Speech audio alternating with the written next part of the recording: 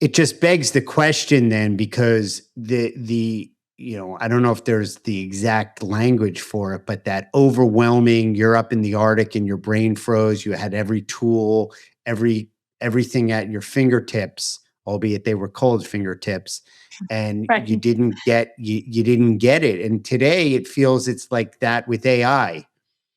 It's ChatGPT, it's Claude, it's Gemini, whatever tool you want to use, and it's moving fast. And from the afternoon to the next morning, there's a new version out, and it can produce even quicker.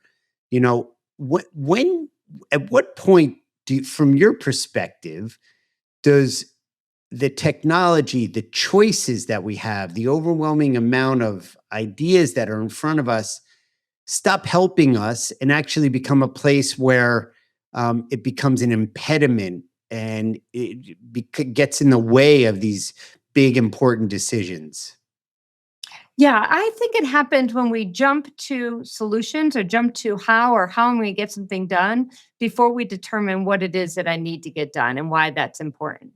So every situation's different. You can face it personally or professionally at work, at home, but when we jump to the solutions, we jump to the AI, we're jumping to solutions too quickly, and we haven't put in any kind of boundaries or defined the box around, okay, this is what I'm trying to do. And so that's when it can get overwhelming. Now, imagine the opposite, right? If we flip that, if we said, just spend a little bit of time saying, what is it that I want to do? And where do my expertise come in? Right? Instead of leaning on AI or a tool out there to answer the problem, how can we bring in our own expertise, define what it is we want to do, and then go to the tool out there? Now we have such a better focus that we can find solutions faster that are going to work with us rather than against us or give us misinformation out there. I want to turn a little bit. You speak. We're to our audience. I know that they're hungry for this type of conversation, and they deal with constraints all day. Whether it's meeting professionals, small business owners, team leaders at organizations, everybody has constraints. And what I love about your work and about your book, which I want you to share a little bit about right now. And we're going to put it all in the notes: how to get the book and how to find out information about Sheri and bringing her into your event or your organization for speaking. Share some of the lessons or the similarities between the work you do giving keynotes, and even in your consulting, and how our audience can benefit from some of those ideas.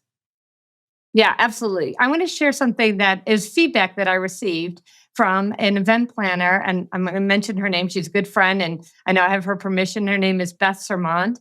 She's with Live 360 in Smith Buckland, a big event planner and a big innovation event planner. And I shared with her a story that I learned, and she says she thinks about this daily in her event planning business, Ooh, and baby, let's how she go. does that. Yeah. So when I had that Arctic failure, I came home and went down this research rabbit hole, which is totally on brand, if you know me. And one thing that I found was this story about a landscape architect who was curious about how boundaries impact how children play, how they're creative, how they're innovative. So he ran just a little experiment. He asked a group of teachers to take their kids to a park, and the park had swings, slides, wood chips. But one park they went to had no fence. And you would think that with that total freedom, the kids would run and explore and play, but the opposite happened. When they got to the park, the kids all huddled around the teacher and they did the prescripted play, the slides, the swings. They didn't move off the playground. The next week, he had the same teachers bring the same kids to a different park. And while it was similar in many ways, this one had a fence. And what the researcher discovered, the landscape architect discovered, was the kids ran for the fences. They were more creative in their play. They even used the fence as part of their play. And what he observed is that there's a safety in knowing how far we can go. That this is where I can take risks, that I can explore, I could experiment. And if it doesn't work, I could try something else, but I learned. And that observation, that story was really the framework that I started diving into my own research with 18,000 people across every profession. Like, does this translate into other professions in healthcare and finance and banking for city planners? And it does. That when they know where those fences are, they don't feel fenced in, they actually feel freer.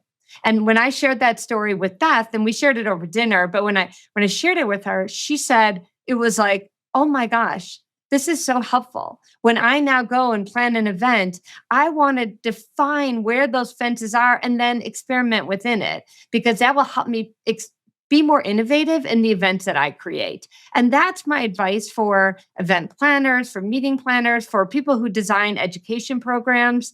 Go in and declare where those fences are so that you could be freer to explore. And the freedom to explore could be a euphemism for failing. Go out and swing out. But we're so as humans afraid to fail. It's just part of who we are. Now, many might say contrarian, no, I look for failures and great, we applaud that. But generally speaking, if you had to give a one sheet, speakers have one sheets or rules for, failure rules, what would be one or two of those that you would say to use?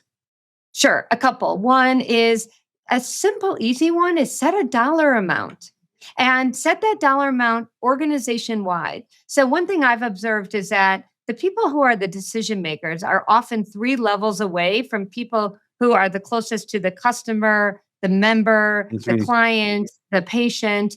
And those are the individuals that see where innovation, where ideas can really have an impact, but they're afraid to experiment in most cases because, like you said, they're afraid to fail. So, if as a leader, not only could you model this behavior, listen, I'm not afraid to experiment, fail, and share what I've learned, but also if you could just simply set a dollar amount and say, you can experiment up to this amount of money. And if it doesn't work, you would need to come back and share what you've learned. So, years ago, I worked at a startup that made it. It's in the payroll industry. It was decades ago, and nobody was doing online banking, let alone online payroll. As we started this company and we started to grow and become successful, ultimately becoming the largest online payroll company in the world, one thing we wanted to do was keep that entrepreneurial, innovative, it's okay to fail feeling culture. So to create a shot taking culture, to create that culture where people embrace failure, we created the Best New Mistake Award. And with the Best New Mistake Award, it was actually four times the monetary value of any other award that the company would offer, best customer service or new product. And so it encouraged people to experiment. And if you failed, what did you learn from it? And then how did we apply that to future offerings? And when I give keynotes and I share that idea about Share Payroll and the Best New Mistake Award, it's one of the things that the people are most curious about is that story. That is so cool. That's a great idea.